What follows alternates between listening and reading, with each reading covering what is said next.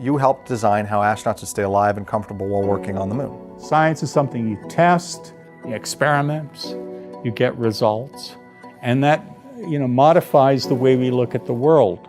Where did all of this stuff come from? How did it form? What was the process? Does it happen all the time across the universe? Or are we somehow unique or at least unusual? What does it all mean? I'm Katie Atkinson, and this is NASA Explorers Apollo, an audio series where we tell stories about past, present, and future lunar science.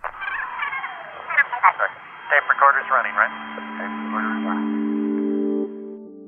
Lunar science runs in the family for the Petros. In this episode of NASA Explorers Apollo, lunar scientist Noah Petro interviews his father Denis, who was an engineer for the Apollo program.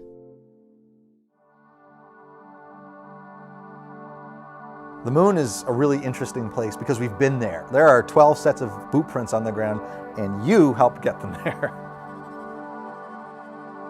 My name is Noah Petro, and I am the project scientist for the Lunar Reconnaissance Orbiter and a lunar scientist. My name is Denis Petro. I worked on the Apollo program as an engineer. You talk about families that pass down a business from generation to generation. We're in the moon business. Petros are in the moon business, and so that's what got passed down.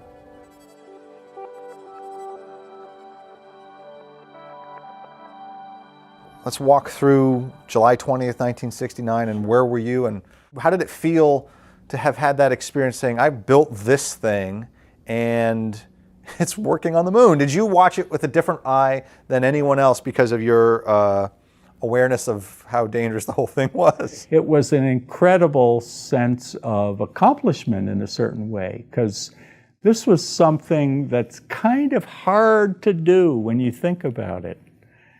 I had been involved in what are those factors that could actually cause them not to get to the moon. And I'm sitting there saying, damn, there they are, they're sitting on the moon.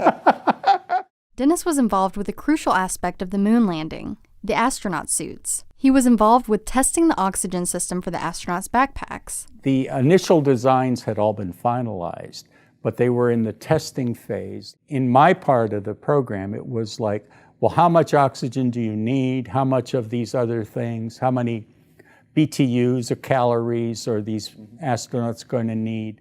You helped design how astronauts would stay alive and comfortable while working on the moon. Well, right. The object was to humanize it, because you can do all the technical stuff about, well, they're going to be there for a day and a half and they're supposed to do this, that, and the other thing. But can they actually do that and survive? I don't know if you remember going to the Cradle of Aviation Museum in Bethpage and seeing your portable life support system that you made. And I think the story you told me at the time was that there are the big sheets of metal that held it all together, and you got to sign your name to them. Is that right? Right. That was a no-no because it was in a clean room kind of concept. But if you went in there with a scribe, stainless steel scribe, you could write your name on something that would be left on the moon. If you look at the picture of the backpack, you'll see that flat surface, and that was a heat exchanger. But it was also a flat piece of stainless steel, very amenable to people writing on it. When I look at any of the pictures of the Apollo landing sites, you can see those backpacks. Yeah. You can see the 12 portable life support systems sitting on the surface 50 years later that, someday we go back and we crack one of those things open, there's going to be Denis Petro's sign on it. Look at the graffiti. And I'm probably one of the few people that has that very personal connection when I see those landing sites, that I can have that personal emotional response to it as opposed to just a purely, wow, it's a great exploration site. There's something there that's very tangible to me, very close to me, and very real, because I know the person who built it and what it took to get that there. I think early on you had an interest and curiosity about the whole universe. Your passion for science and learning was clearly passed on to me, and one of the things that most influenced me was when we go to the Air and Space Museum or the Cradle of Aviation, and to me that opened up this mindset that, okay, exploration of space, exploration of the moon, most importantly, is a real thing. Not just, yes, that it happened, but that there were people behind it and that you were behind it. you and I would take road trips and a lot through the U.S. Southwest, and it's no mystery why particularly Apollo astronauts trained in the desert Southwest, because it's a barren landscape, much like the moon, but the geology is really awesome, and it's a great place to fall in love with studying the Earth or studying planets, is seeing it laid out in front of you. These environments are telling us something about how the planet works, and that connection between something real, tangible, touching a rock on the Earth or sending people to the moon and doing the same exact thing was very impactful and got me here today.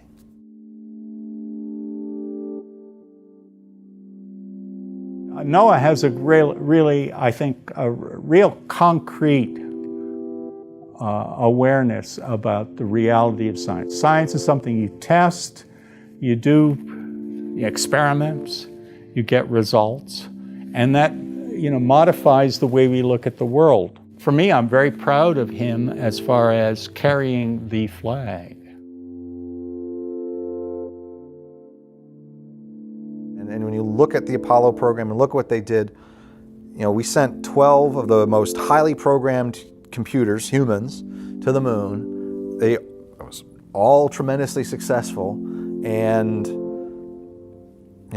within 4 years we had gone from never having sent humans to the moon to having people living on the moon for 3 days, driving around and doing real hardcore field geology. But it took engineering to make it happen.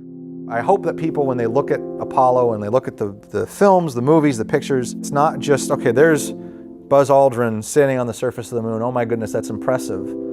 But there's also 400,000 people behind the scenes who made that moment happen. And that's important. 50 years after the historic moon landing, Noah is continuing his father's legacy, contributing to the lunar science they both love. The Petro family's connection to the moon is just one example of the huge impact that the Apollo 11 mission left behind. We asked you to help NASA tell the story of Apollo. Hundreds of people answered, from all over the world. Here's what Ginny from Kentucky remembers. Hi, NASA. It's me, Ginny. 50 years later, I got in such trouble after the moon landing. So here's what happened. The morning after, my brothers, Bucky and Monty, and my next door neighbor, Melissa, and our friend Reedy and I decided to celebrate with a lemonade stand. We used up all of my grandmother's aluminum foil to make space helmets, and then we made lemonade and Kool-Aid using all of my grandmother's sugar, and we set up our stand on the side of the road, and we called it Homemade Moon-Made Lemonade and Kool-Aid, and we thought we were just the best and the smartest kids on the whole planet Earth until my grandmother got home, and my goodness, she was not happy. We had used all of her precious aluminum and all of her precious sugar, and goodness knows how many lemons and, those little packets of Kool-Aid that were just stashed for special occasions. I don't reckon I sat down for a week. I love this memory of the moon landing so much, and every year when this comes up, I think of it as the homemade moon-made lemonade and Kool-Aid, and I cheers all of my little friends who helped me make it happen. So happy 50th, NASA. Love you, Ginny. Thanks, Ginny, for sharing that story with us. What do you remember about the moon landing? Or what space exploration do you hope to see in your lifetime? We want to hear your Apollo story. Visit nasa.gov/Apollo stories to learn more. Very good. There's still so many questions locked up in these rocks. It's exciting times just to be studying them. So we have a big window, a big gap in our understanding of the early Earth, and the moon preserves that history. Where did all of this stuff come from? How did it form? What was the process? Does it happen all the time across the universe? Or are we somehow unique or at least unusual? What does it all mean?